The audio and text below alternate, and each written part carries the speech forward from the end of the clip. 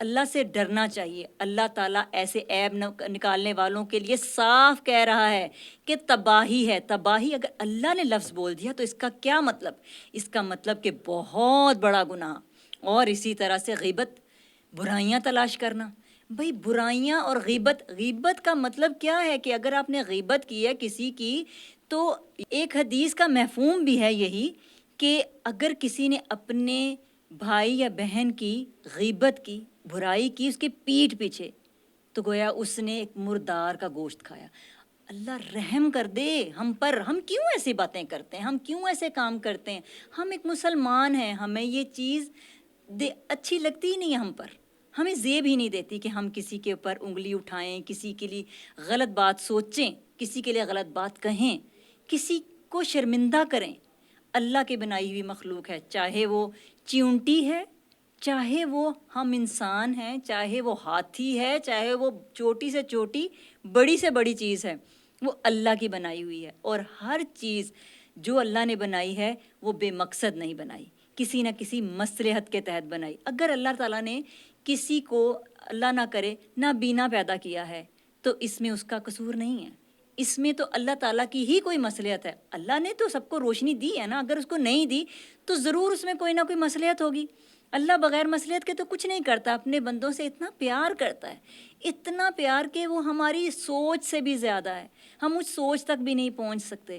تو ہم ایسا کیوں کریں کہ ہم جو ہے اس طرح کسی کے عیب نکالیں، کسی کے اوپر بدتمیزی والے لفظ بولیں، کسی کو ہرٹ کریں، دل آزاری کریں، برائی کریں پیٹھ پیچھے، سامنے بیٹھ کے ہم اتنی تعریفیں کریں اس کے، یہ تو میرا بڑا اچھا دوست ہے، مجھے یہ بہت اچھا لگتا ہے، مجھے بہت پسند ہے، یہ ایسا ہے، یہ ویسا ہے. اور جیسے ہی وہ اٹھ کے جائے اور ساتھ ہی کہہ دے چھوڑو یار یہ تو ہے ہی ایسا، چھوڑو بھئی یہ تو ہے ہی. یہی تو چیز غلط ہے. آپ کے دل میں جو ہے وہی آپ کی زبان پہ ہونا چاہیے. مینز کہ آپ کا دل صاف ہونا چاہیے.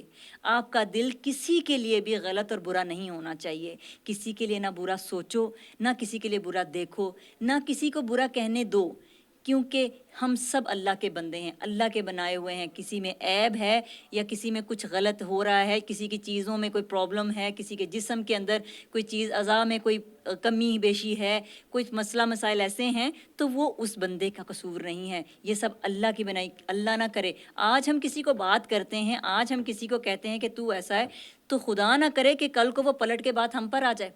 اور ہم تو بالکل نہیں چاہیں گے کہ کبھی ہمارے میں بھی کوئی عیب ہو اور ہم لوگ ہمارا مذاق اڑائیں. جب ہم نہیں چاہیں گے تو پھر ہم کیوں کسی کے لیے کریں؟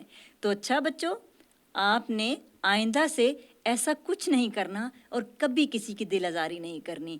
اس بات کو ہمیشہ سے یاد رکھنا ہے کہ جو ہوتا ہے، جو ہو رہا ہے، جو ہوا ہے، وہ اللہ کے حکم سے ہوا ہے، اور اللہ کے حکم کے بغیر تو پتہ بھی نہیں ہلتا. ٹھیک ہے بچوں، آپ نے عمل ضرور کرنا ہے اس پہ. تو اسی سے ریلیٹڈ اب ہماری جو اگلی حدیث ہے، آج کی حدیث ہے، وہ ہے صحیح مسلم میں بھی 41 نمبر پہ، اور صحیح بخاری میں بھی ہے وہ 6484 نمبر کی، اور جس کا مفہوم بھی یہی ہے: تم میں سے کوئی شخص تب تک مسلمان نہیں ہو سکتا جب تک اس کے ہاتھ اور اس کی زبان سے دوسرا مسلمان محفوظ نہ رہے. سیم بات ہے نا، وہی والی. دیکھیں یہاں نبی پاک صلی اللہ علیہ وآلہ وسلم بھی یہی ارشاد فرما رہے ہیں کہ اپنے مسلمان بھائی کی کبھی بھی برائی مت کریں، کبھی نہ زبان سے اس کے لیے غلط کریں، نہ ہی اس کے لیے ہاتھ سے اس کے لیے غلط کریں. ہاتھ سے کرنے کا مطلب اس کو برا بھلا، اس کو مار پیٹ کرنا، اس کو کوئی اپنی ایسی کوئی ہاتھ سے کچھ ایسا کچھ کر دینا کہ جس سے اس کا نقصان ہو جائے. لائک وہ کھانا کھا رہا ہے یا وہ ایسی کوئی چیز کھا رہا ہے، کوئی ٹافی گولی کچھ بھی کھا رہا ہے نا، کینڈیز وغیرہ اس کے ہاتھ میں ہوتی ہیں، تو آپ نے ہاتھ مارا اور وہ گر گئی اور وہ کھانے لگا تھا، منہ کے اندر جا رہے تھے، غلط ہو گیا نا، غلط بات ہو گئی. یہ تو بہت بری بات ہے کہ آپ نے ہاتھ سے نقصان دیا.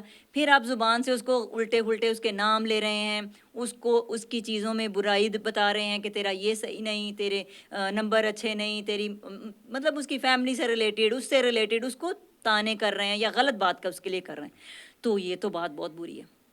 ہم اپنے اندر یہ برائیاں ختم کریں گے. ہم یہ وعدہ کرتے ہیں کہ ہم آہستہ آہستہ اپنے اندر یہ اس طرح کی جتنی برائیاں ہیں جس سے ہمارے بہن بھائی، ہم سب بہن بھائی ایک دوسرے کے ساتھ ہیں، اور مسلمان بہن بھائی ہمیشہ ایک دوسرے کے ساتھ ہی اچھے لگتے ہیں، تو ہم کبھی کسی کو برا نہیں کہیں گے، خواہ وہ ہم سے چھوٹا ہے چاہے وہ ہم سے بڑا ہے. کبھی یہ نہ سوچیں رتبہ ہے تو اس کو عزت دینی ہے، اگر وہ کم ہے تو عزت اس کی بھی اتنی ہی ہے جتنی رتبے والے کی ہے.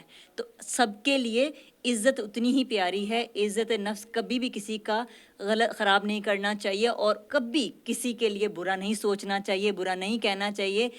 انفیکٹ اگر آپ کو لگے کہ اس کے لیے کوئی پرابلم آ رہی ہے، کوئی اس کے ساتھ کوئی مسئلہ آ رہا ہے، اور یا آپ کو لگے کہ کوئی تھرڈ پرسن اس کے ساتھ وہ کر رہا ہے جو کہ میں نے ابھی بتایا کہ اس کی برائی کر رہا ہے یا اس کے ساتھ کوئی نقصان کرنے کی کوشش کر رہا ہے، تو آپ کو چاہیے آپ اس کو بچائیں، آپ اس کی مدد کریں، اس کو بھی سمجھائیں جو آپ اس کے ساتھ غلط کرنا چاہ رہا ہے آپ کے دوست کے ساتھ، یا وہ آپ کا دوست نہیں بھی ہے، کوئی نہیں جاننے والا ہے، تو بھی انسانیت کے ناطے، مسلمان ہونے کے ناطے، کیونکہ یہ حکم تو ہمارے اللہ کا بھی ہے اور ہمارے نبی صلی اللہ علیہ وآلہ وسلم کا بھی ہے کہ ایک دوسرے کی مدد کرو اور کبھی ایک دوسرے کو برا مت کہو.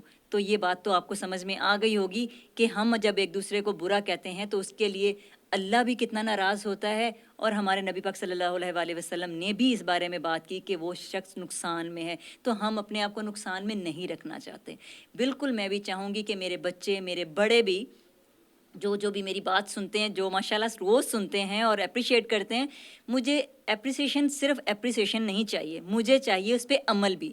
میں نے آپ سے کہا کہ ہم سب مل کے یہ وعدہ کرتے ہیں کہ ہم ایک دوسرے کو بدلیں گے، اپنے آپ کو بدلیں گے، اس طرح سے چلیں گے جس میں ہمارا اللہ اور ان کے نبی پاک صلی اللہ علیہ وآلہ وسلم راضی ہیں. اس راستے پہ چلیں جو اللہ کا راستہ ہے، جس میں کسی کو نقصان نہ ہو، کوئی ہمارے بہن بھائی ہم سے خفا نہ ہو، ناراض نہ ہوں، اور کسی کی دل آزاری نہ ہو.